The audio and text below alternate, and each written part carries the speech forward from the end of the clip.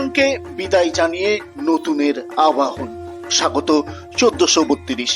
নববর্ষকে স্বাগত জানানোর পাশাপাশি নতুন বছর সবার ভালো কাটুক এই প্রার্থনা এবং পরিবার পরিজনদের মঙ্গল কামনায় সকাল থেকেই বাঁকুড়া শহরের মন্দিরে মন্দিরে ছিল পুজো দেওয়ার লম্বা লাইন।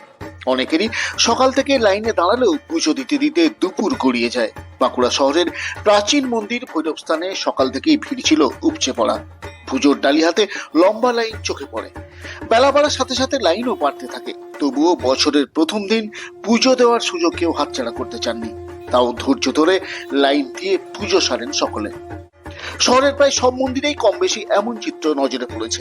চামমারিডাঙ্গা কালী মন্দিরেও প্রচুর ভিড় ছিল এদিন। পুণ্যার্থীদের এই মন্দিরেও অনেকক্ষণ ধরে লাইনে দাঁড়িয়ে থাকতে হয়।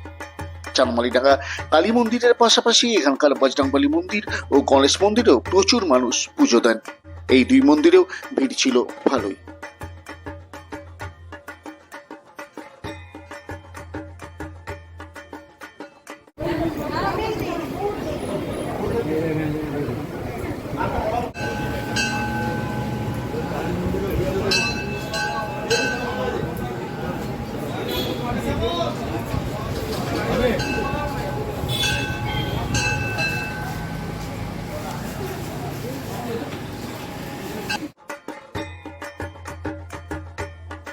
নতুন বছর ভালো কাটুক সবার, এই কামনা রইল বাঁকুড়া 24x7 পরিবারের পক্ষ থেকেও।